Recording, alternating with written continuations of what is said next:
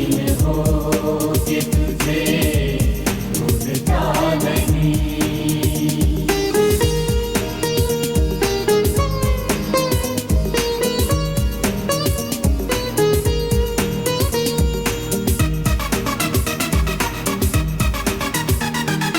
सोचा था ज़माने को बताएंगे राज़ इश्क,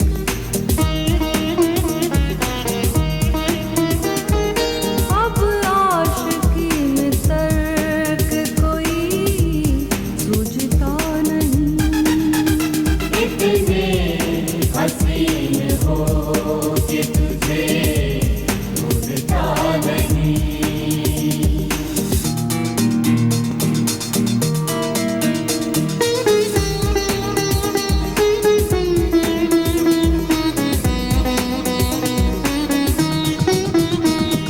यह बात सबको है पता, तेरा पता मुझे,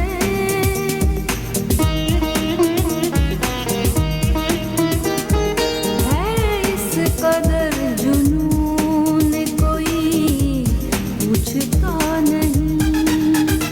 इतने हसीन हो कि तुझे भूलता नहीं।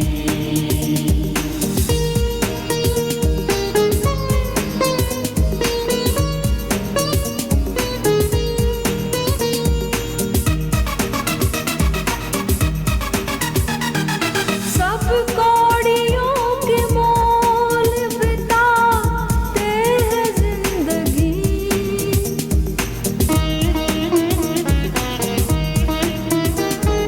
हीरा रतन है पास कोई खोजता नहीं। इतने हसीन हो कि तुझे भूलता नहीं।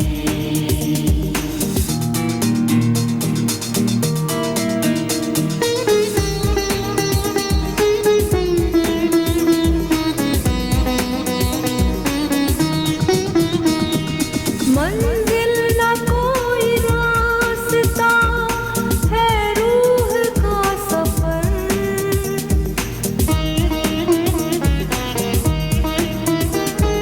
दरिया बहा रही मुझे मैं तैरता नहीं। इतने हसीन हो कि तुझे भूलता नहीं।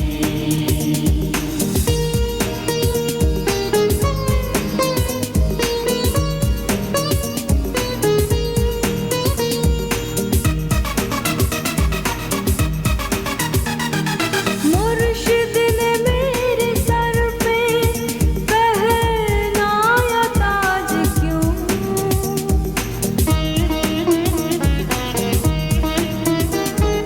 रब जाने पीर जाने मैं सोचता नहीं।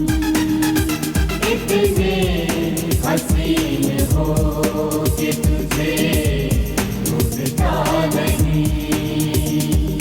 इतने करीब हो कि तुझे पूजता नहीं। इतने हसीन हो कि तुझे भूलता नहीं। भूलता नहीं।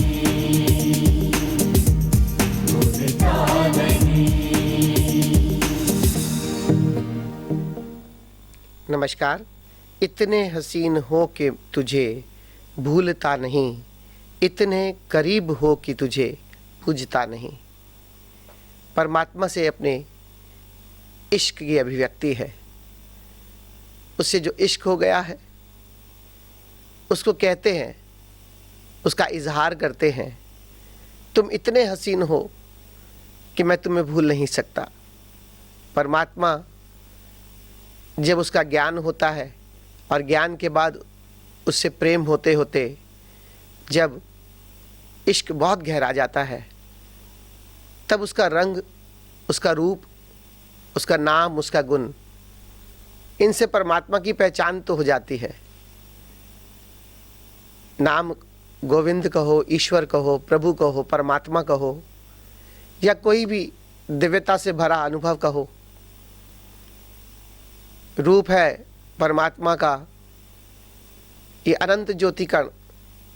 आँख बंद करते हैं तो दिखते हैं, और उसके गुण जिसको अनुभव करते हैं, जो हमारी आत्मा के भी गुण है, नाद है, नूर है, प्रेम है, अमृत है, इन सब से जब इतना तादात्म्य गहरा जाता है और इनसे इश्क हो जाता है, तो कहते हैं कि कब वो समय मिले कि आँख बंद करूं तब भी तुझे देखूं, और इस संसार में जहाँ भी देखता हूँ बस तू ही तू नज़र आता है।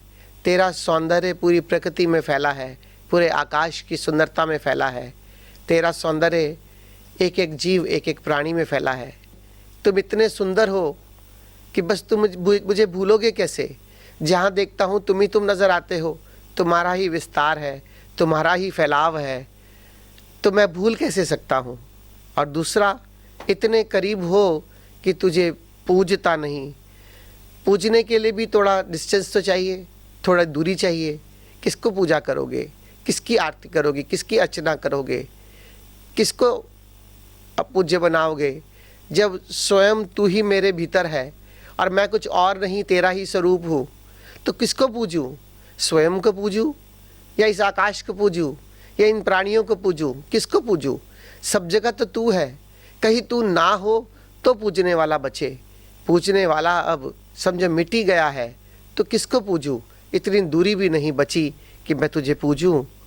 सोचा था ज़माने को बताएंगे राज़े इश्क, सोचता था कि तुझसे इश्क हो गया है, बस अब सबको बताऊंगा, देखो मैं इश्क में कैसा हूँ, कितना मस्त हूँ, कितना आनंदित हूँ, कितना झूमता हूँ, कितना गाता हूँ, कितना नाचता हूँ।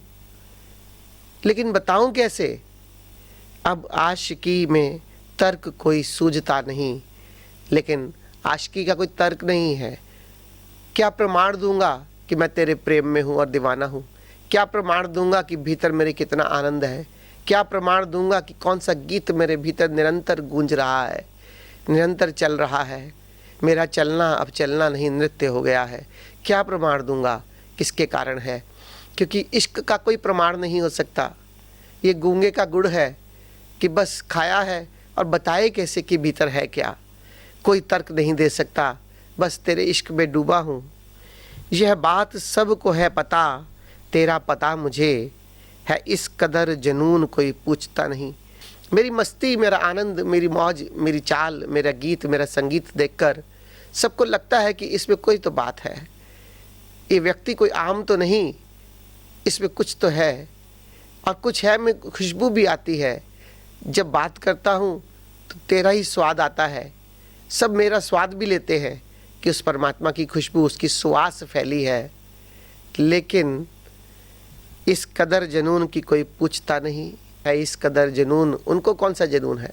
संसार को एक ही जनून है, पद पालो, प्रतिष्ठा पालो, धन कमा लो, बड़ी बड़ी संपत्तियां बना लो।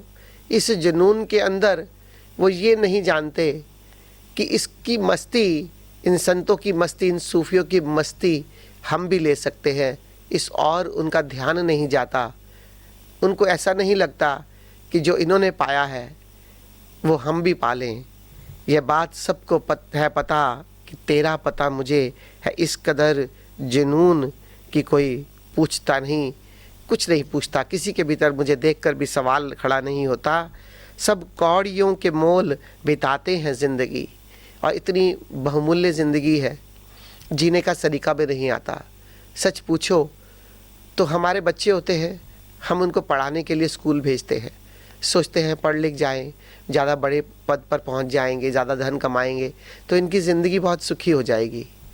लेकिन सोचने की बात है कि जब हम अपने बच्चों को बड़ा करते हैं, बड़ा करने के प्रोसेस में जब उन्हें देखते हैं कि कैसी उत्तेजना उनके अंदर है, अशांति भी है, कामनाओं से ग्रस्त है, सब कुछ पाना चाहते हैं। माँ बाप बच्चों को सब कुछ देना चाहते हैं, लेकिन बच्चे माँ बाप को ही नहीं समझ पाते। तो कहाँ कमी हो रही है कि जो उन्हें इतना प्रेम भी दे रहे हैं? ये हमारी नई जनरेशन की हम बात करते हैं। तो कहाँ कमी हो रही है कि इतना सब कुछ करने के बाद भी उनमें वो शांति, उनमें वो आनंद, उनमें वो सुख क्यों नहीं आता? सब कुछ पास है फिर भी भीतर व्याकुल है, सब कुछ पास है फिर भी दुखी है। क्या कमी हो रही है?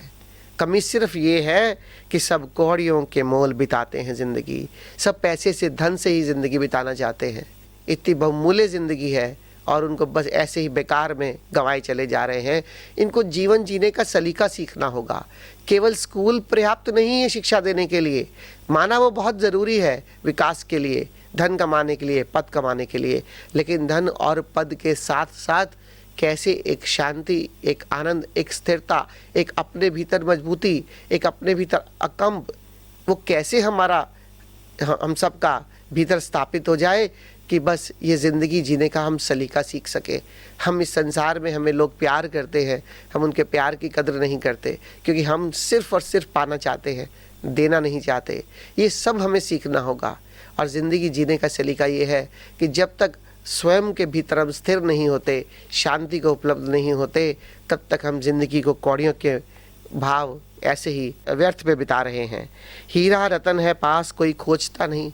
अपने भीतर अपनी आत्मा जो हमारा हीरा रतन है, परमात्मा भी कहो, उससे पहले आत्मा कहो कि जो मेरा स्वयं का होना है, हम हैं कौन, मेरा वजूद क्या है। जीवन शुरू होता है, थोड़े बड़े होते हैं, बहुत सारी चीज़ें हमें दिखाई भी देती है।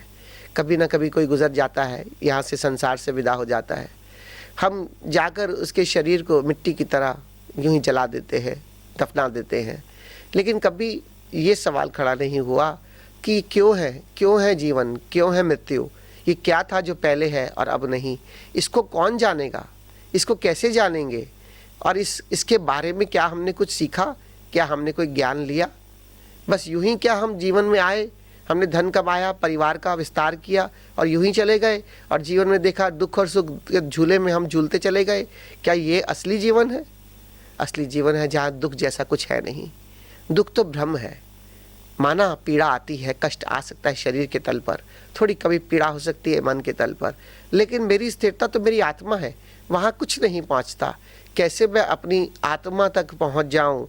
हीरा रतन है पास कोई खोजता नहीं। ये मेरी आत्मा का जो धन है, ये मेरा जो आत्मज्ञान है, इसे मैं कैसे खोज लूँ कि मैं इन सब से दूरी कर, शरीर से, मन से दूरी कर, अपने आत्मा में स्थिर होकर जीवन व्यतीत करूं जहां मस्ती है। और एक बार जो अपने भीतर उस आत्मा को खोज लेता है, परमात्मा तो उसी आत्मा का विस्तार है, या कहो परमात्मा का ही अंश आत्मा है, किसी भी तरीके से कह लो, किसी भी तरीके से समझ लो। लेकिन ये जो हीरा असली है कि मैं सब कुछ अब स्वयं के बारे में भी जानूं और परमात्मा के बारे में भी जानूं, ये मेरा हीरा रतन है, जिसकी शिक्षा लेने के लिए, जिसे खोजने के लिए हम आजकल कुछ नहीं करते। कई साल पहले जाते थे, राजा महाराजा भी अपने बच्चों को भेजते थे गुरु के आश्रम में, जहाँ वो शिक्षा भी ग्रहण करते थे, अपने भीतर ठहरना भी ग्रहण करते थे, अपने भीतर स्थिर होना भी ग्रहण करते थे। लेकिन आजकल केवल बाहरी शिक्षा की तरफ हमारा ध्यान है, लेकिन भीतरी शिक्षा, भीतरी खजाने का हमें पता नहीं। मंजिल न कोई रास्ता है, रूह का सफ़र दरिया बहा रही है, मुझे मैं तैरता नहीं। अध्यात्म में मंजिल कुछ नहीं होती, बस रास्ता ही सब कुछ है। मंजिल न कोई रास्ता है, रूह का सफ़र बस है क्या, एक दिशा है, हम चलते चले जाते हैं। और दिशा में भी कोई मील का पत्थर नहीं, कोई भीतर ऐसे कोई चिन्ह नहीं लगे कि हमें पता चलेगा यहाँ से जाना है रूह के सफ़र में, वहाँ से जाना है अपने रूह को बताने के लिए, जानने के लिए। ये मार्ग केवल कामिल मुर्शिद बताता है। कामिल मुर्शिद बताता है कि इस रूह के सफ़र में हमें कहाँ कहाँ से गुज़रना है, कैसे कैसे गुज़रना है, और उसमें चलने का बहुत मज़ा है। दरिया बहा रही है, मुझे मैं तैरता नहीं। सब ज्ञान हो गया, प्रयास से ज्ञान हुआ, शिक्षा में ज्ञान हुआ, पूरा प्रयास हुआ, ध्यान सीखा, समाधि सीखी, जागरूक होकर जीना सीखा, इन सब में प्रयास है। लेकिन प्रयास करते करते एक दिन प्रसाद जीवन में बस बरस जाता है। जब परमात्मा का ज्ञान हो जाता है, जब स्वयं का ज्ञान हो जाता है, उसकी याद बनी रहती है, फिर प्रयास नहीं करना पड़ता, फिर प्रसाद ही प्रसाद है। और प्रसाद क्या है? दरिया बहा रही है, मुझे मैं तैरता नहीं। बस नदी की तरह मैं बहता चला जाता हूँ, इस परमात्मा के सागर में बहता चला जाता हूँ, सागर में मिलता चला जाता हूँ, उस और बढ़ता चला जाता हूँ, और अपनी बूंद को सागर में मिटा देता हूँ। नदी की एक एक बूंद सागर में मिट जाती है। नदी को कुछ प्रयास नहीं करना पड़ता, बस ऊपर से बहती है, नीचे सागर की तरफ दौड़ती चली जाती जाती है, दौड़ती चली जाती है। रास्ते में पत्थर आता है, चट्टान आता है, उससे लड़ती नहीं, बस रास्ता बनाती है और निकल जाती है। सच पूछो तो ये नदी ही हमारा जीवन है। नदी को देखकर हम बहुत कुछ सीख सकते हैं, बहुत ज्ञान पा सकते हैं कि बस बहते चले जाएं। प्रयास हुआ, अब उसके बाद परमात्मा के सागर में मिलने के लिए बहते चले जाते हैं। मुर्शिद ने मेरे सर पे पहनाया ताज क्यों, रब जाने पीर जाने मैं सोचता नहीं। ये वो ऊंचाई है, ये वो स्थिति है जब भक्त भगवान हो जाता है, पुजारी पूज्य हो जाता है, साधक ही साध्य हो जाता है। कि साधना करते करते करते करते कब एक शिष्य भी गुरु हो जाता है, क्योंकि जब वो सब कुछ जान लेता है, सब कुछ जानने के बाद उसका गुरु से कहता है कि अब जो तुमने जाना अब तुम वो बांटो। वो तो गुरु की याद में बांटना चला जाता है। मुर्शिद ने मेरे सर पर पहनाया ताज क्यों, लेकिन ये क्यों हुआ इसका कुछ मतलब नहीं। सिर्फ बात इतनी है, रब जाने पीर जाने मैं सोचता नहीं। ये परमात्मा जाने, ये मेरा गुरु जाने कि मुझसे क्या करवाना चाहता है। बस मैं तो जो पाया है उसे बांटता चला जा रहा हूँ, बांटता चला जा रहा हूँ, शब्दों में, गीतों में, गज़लों में बांटता चला जा रहा हूँ। और यहाँ पर कोई आए कि कैसे परमात्मा को जाना जाए, फिर उससे इश्क हो जाए, फिर इश्क की मौज और मस्ती वही जीवन हो जाता है, वही जीने का सलीका आ जाता है। और वही बिना प्रयास के प्रसाद की तरह परमात्मा के सागर में मिटने का मज़ा, बहने का मज़ा, चलने का मज़ा, और यही मौज और मस्ती हो जाती है। मेरे देखे यही भाव है। धन्यवाद।